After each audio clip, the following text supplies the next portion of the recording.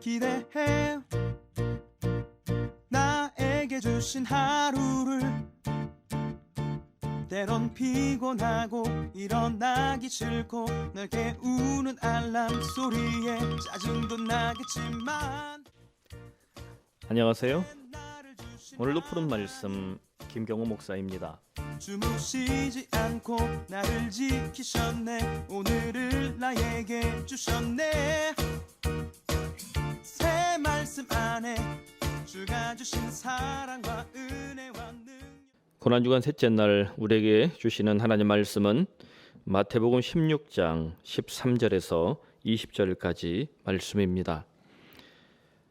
예수께서 빌립보 가이사랴 지방에 이르러 제자들에게 물어 이르시되 사람들이 인자를 누구라 하느냐? 이르되 더러는 세례 요한, 더러는 엘리야, 어떤 이는 예레미야나 선지자 중에 하나라 하나이다. 이르시되 너희는 나를 누구라 하느냐? 시몬 베드로가 대답하여 이르되 주는 그리스도시요 살아계신 하나님의 아들이시니이다. 예수께서 대답하여 이르시되 바요나 시몬아 네가 복이 있도다. 이를 내게 알게 한 이는 혈육이 아니요 하늘에 계신 내 아버지이시니라. 또 내가 내게 이르노니 너는 베드로라. 내가 이 반석 위에 내 교회를 세우리니 음부의 권세가 이기지 못하리라. 내가 천국 열쇠를 내게 주리니 네가 땅에서 무엇이든지 매면 하늘에서도 매일 것이요 네가 땅에서 무엇이든지 풀면 하늘에서도 풀리리라 하시고 이에 제자들에게 경고하사 자기가 그리스도인 것을 아무에게도 이르지 말라 하시니라. 아멘. 오늘 말씀의 제목은 너는 베드로라입니다. 유대인들은 예수를 어떻게 이해했을까? 대표적으로 AD 70년 유대 전쟁사를 기록한 요세푸스의 글을 봅시다. 예수라는 지혜로운 사람이 있었다. 그를 한 명의 사람으로 부르는 것이 합법적이라면 그는 기적을 일으키는 행위자였다. 그리고 선생이었다. 사람들은 진리를 기쁨으로 받았다. 그는 많은 유대인과 이방인을 끌어들였다. 그는 그리스도라고 불렸다. 요세푸스가 유대 고대사에 기록한 예수님에 대한 이야기입니다.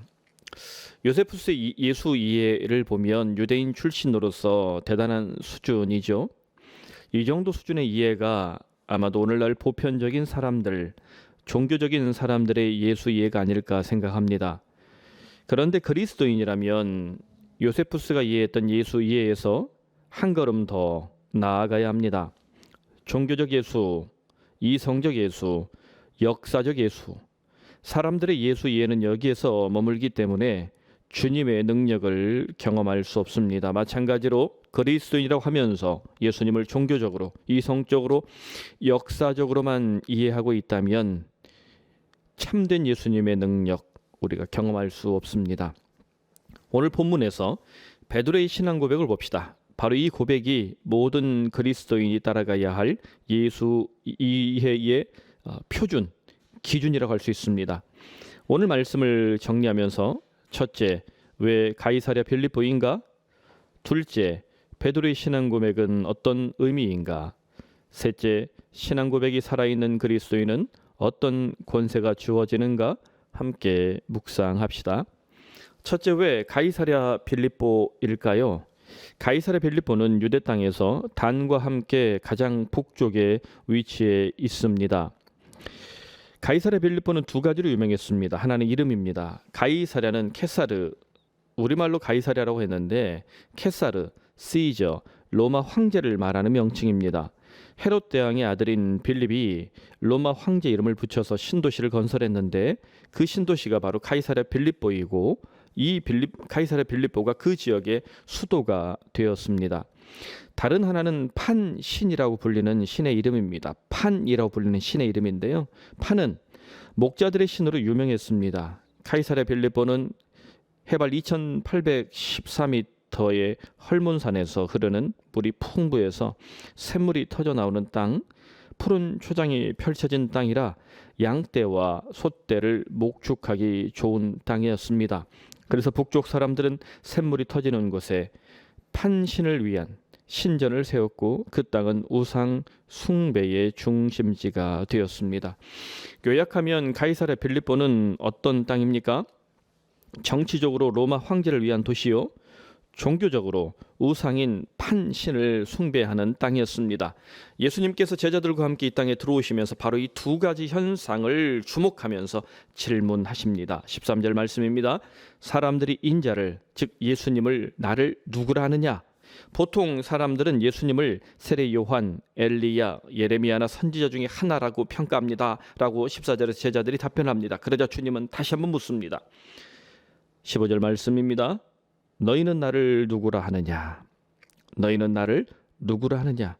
사람들의 보편적인 예수 이해 앞에서 제자들인 너희는 나를 어떻게 이해하고 고백하고 있느냐, 이 말씀입니다.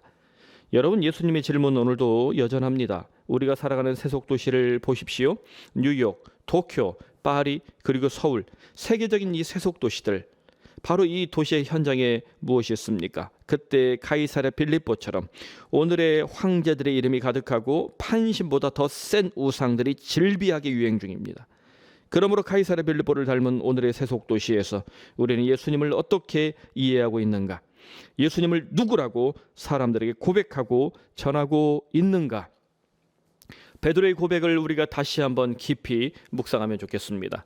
베드로의 신앙 고백은 오늘날 우리가 반드시 지켜야 할, 아니 망각했다면 반드시 회복해야 할 고백입니다. 16절 말씀, 정말 유명한 말씀이죠. 주는 그리스도시요 살아계신 하나님의 아들이시니이다. 베드로의 신앙 고백은 기독교 신앙의 정수입니다. 베드로는 예수님을 주, 그리스도, 하나님의 아들로 차례대로 고백하고 있습니다. 이 놀라운 신앙 고백을 할 때 베드로 앞에 무엇이 있습니까? 카이사랴 빌립보의 황제의 숭배와 판신으로 유명한 우상입니다. 한마디로 베드로의 신앙 고백은 우상들의 도시에서 우상들을 바라보며 외쳤던 장엄한 고백이었습니다.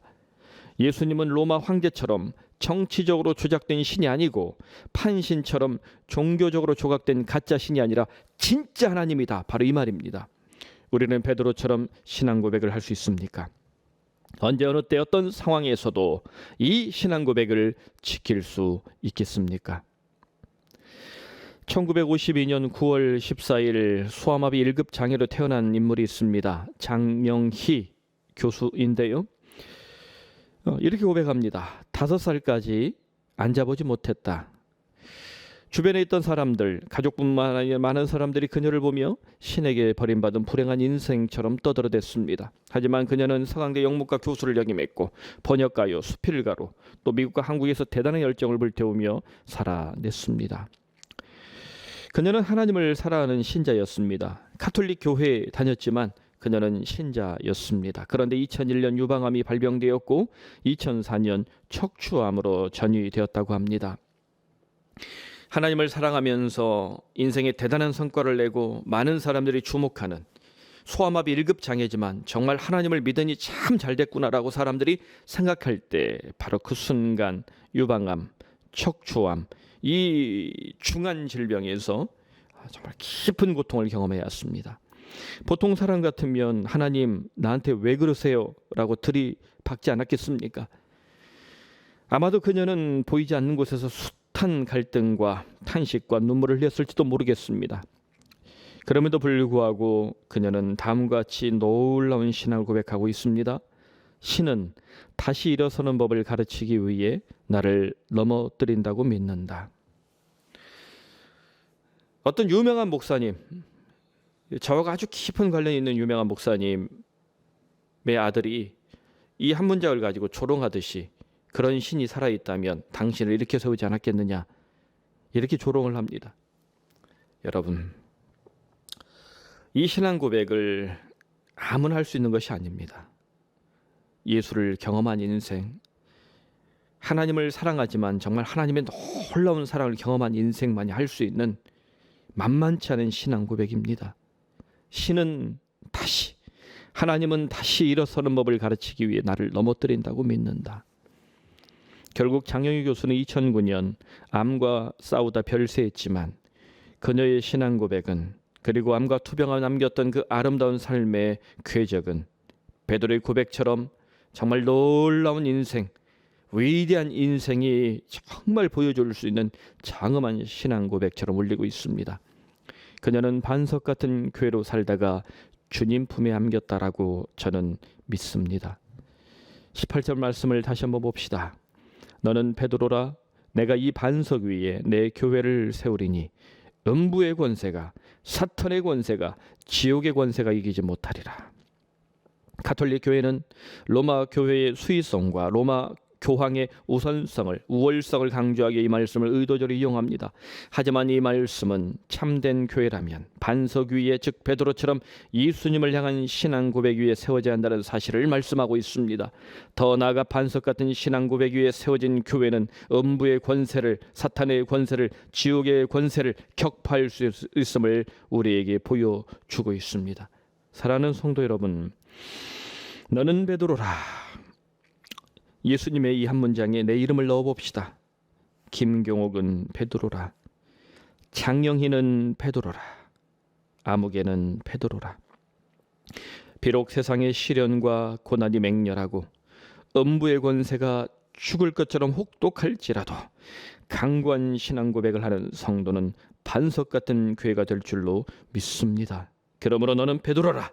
이 말씀이 우리 모든 성도들에게 장엄하게 울리길 바랍니다.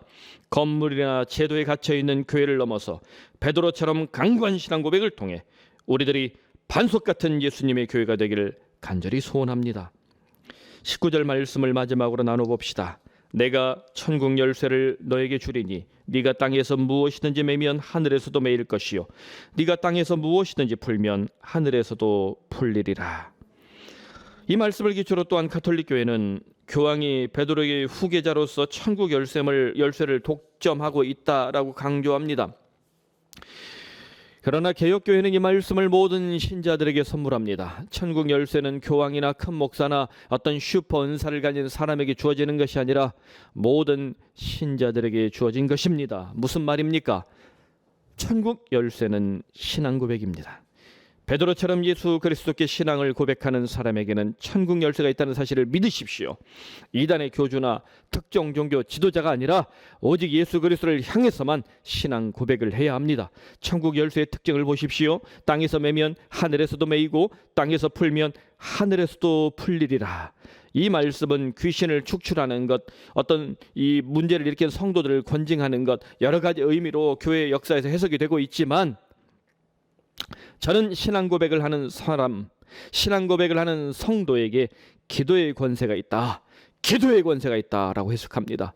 요한복음 14장 13절로 14절에서 예수님께서는 말씀하십니다. 너희가 내 이름으로 무엇을 구하든지 내가 행하리니 이는 아버지로 하여금 아들로 말미암아 영광을 받으시게 하려 함이라. 내 이름으로 무엇이든지 내게 구하면 내가 행하리라. 할렐루야. 다시 한번 외칩니다. 내 이름으로 무엇이든지 내게 구하면 내가 행하리라. 사랑하는 성도 여러분, 오늘의 교회가 왜 세상에서 못난 교회가 되고 개독교 소리나 듣고 세상을 변화시키는 이 복음의 능력을 발휘하지 못합니까? 건물이 작아서요? 사람이 적어서요? 돈이 없어서요? 아닙니다. 신앙 고백이 약화되어 있기 때문에 능력이 약화되고 있는 것입니다. 그러므로 너는 베드로라. 우리 모두 예수님께서 칭찬하시는 강관 신앙 고백을 외쳐봅시다. 그래야 우리들이 반석 같은 교회가 되어서 하늘과 땅을 뒤흔드는 강력한 기도의 권세를 경험하는 오늘 이 시대의 베드로가 되기를 간절히 축원합니다. 아멘. 우리 다 함께 기도합시다. 오늘 말씀을 묵상하며 내 자신과 사랑하는 가족과 성도들을 위해서 기도합시다. 너는 베드로라. 바로 여기 내 자녀 이름을 넣어보십시오. 또 사랑하는 가족들의 이름을 넣어보십시오. 또 내가 꼭 기도해 주고 싶은 성도들의 이름을 넣어보십시오. 주님께서 칭찬하시는 신앙 고백으로 우리 자녀들이, 내가 사랑하는 이들이, 우리 성도들이 반석 같은 교회가 되게 하시고 하늘과 땅을 뒤흔드는 기도의 능력을 경험하게 하여 주시옵소서. 우리 푸른 사랑의 교회를 위해서 기도합시다. 예수 그리스도를 향해서 베드로처럼 강구한 신앙을 고백하는 성도들이 끊임없이 탄생하여서 정말 반석 같은 교회가 되기를 간절히 기도합시다. 또 미얀마 민주화 투쟁을 위해서 기도합시다. 주여 미얀마의 군사 독재가 부서지게 하시고 민주화 투쟁이 승리하게 하여 주시옵소서. 피 뿌리며 투쟁하는 미얀마 시민들을 보호하여 주옵소서. 한반도와 전 세계의 코로나 백신과 치료제가 속히 공급되어서 코로나를 극복하고 일상을 회복할 수 있도록 우리 다 함께 기도하며, 또 우리 성도들 중에 여러분이 기억하는 환우들을 위해서 고난주간 가운데 계속해서 함께 충보하며 기도해 주십시오. 다 함께 기도하겠습니다. 사랑의 주님, 베드로의 신앙 고백 앞에 다시 한번 섭니다. 우리가 너무나 잘 알고 있는 주는 그리스도시요 살아계신 하나님의 아들이시니이다. 우리가 마태복음 16장 18절의 이 신앙 고백을 묵상하며 외우고 있습니다. 그런데 정말 이 신앙 고백이 살아있는지 다시 한번 이 말씀 앞에 무릎 꿇고 주께 간구하옵나니 하나님 아버지 정말 우리에게 다시 한번 이 놀라운 신앙 고백을 회복시켜 주시옵소서. 그래 우리 주님께서 우리를 향하여 외치시니 한 문장을 우리가 아멘으로 화답하길 바랍니다. 너는 베드로라. 주님, 바로 이 너라는 이름 안에 우리 자녀들의 이름이 있길 바랍니다. 사랑하는 가족들의 이름이 있길 바랍니다. 우리 성도들의 이름이 있길 바랍니다. 우리 목회자들의 이름이 있길 바랍니다. 너는 베드로라. 주님 강관 신앙 고백 위에 주님께서 이 놀라운 명칭을 주셔서 우리들이 섬기는 푸른 사랑의 교회가 반석 같은 교회가 되게 하여 주시옵소서. 우리의 가정이 반석 같은 가정이 되게 하여 주시옵소서. 우리 일터가 반석 같은 일터가 되게 하여 주시옵소서. 그래 주님께서 기뻐하신 인생을 살아가며 주여 땅 끝까지 주님 삶의 끝날까지 오직 주 예수 그리스도의 이름을 자랑하는 인생이 될 수 있기를 간절히 소원합니다. 하나님 아버지, 한반도와 전 세계의 코로나 백신과 치료제가 특히 공급되어서 주님 일상을 회복하게 하여 주시옵소서. 하나님 아버지, 백신 독점주의 정말 이 선진국들이 백신 독점하며 어려움을 겪고 있는 제3세계의 사람들이 있고 또 우리 한반도도 백신을 확보하기 참 쉽지 않습니다. 하나님 아버지 숨통이 열리게 하여 주시옵소서. 올해가 가기 전 일상을 회복할 수 있도록 주여 우리 모두를 불쌍히 주시옵소서. 주께 간구하옵나니 아버지 하나님의 미얀마 민주화 투쟁을 위해서 기도합니다. 미얀마의 군사 독재가 부서지게 하여 주시옵소서. 민주화 투쟁이 승리하게 하여 주시옵소서. 피 뿌리며 투쟁하는 미얀마 시민들을 보호하여 주시옵소서. 유엔을 비롯하여 전 세계 선진국들이 정말 이 민주주의 국가들이 힘을 모아서 미얀마의 군사 독재를 정말 거악을 척결하는 힘을 마련할 수 있도록 그리하여 저 귀한 생명들이 너무나 귀한 생명들이 더 이상 소멸되지 않도록 주님 사살당하지 않도록 하나님 아버지 저 땅을 불쌍히 여겨 주시옵소서. 아버지 하나님, 고난 주간을 보내며 주님의 고난을 묵상하고 또 십자가의 피 앞에 하나님 우리 가족들을 위해 살아가는 이들을 위해 기도하며 동시에 미얀마 민주화 투쟁을 하는 시민들을 위해서도 기도합니다.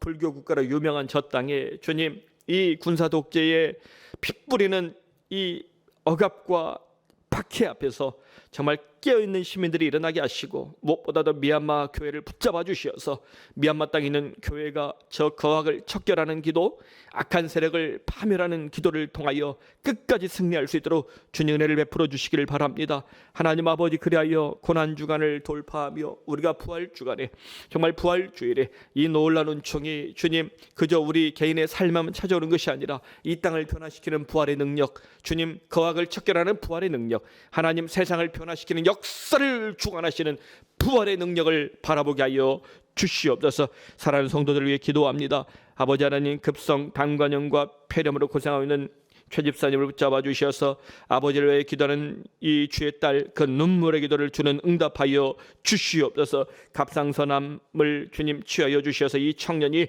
정말 힘차게 일어나서 자신의 삶을 주께 온전히 연상하며 주님 깊은 기도의 능력을, 어려서부터 예수님을 사랑하는 이 청년 주님 깊은 기도의 능력을 회복시켜 주시옵소서. 이 아들을 품고 기도하는 어머니와 아버지의 눈물을 주님 잊지 마시고 하나님 아버지 이 귀한 가정을 붙잡아 주시옵소서.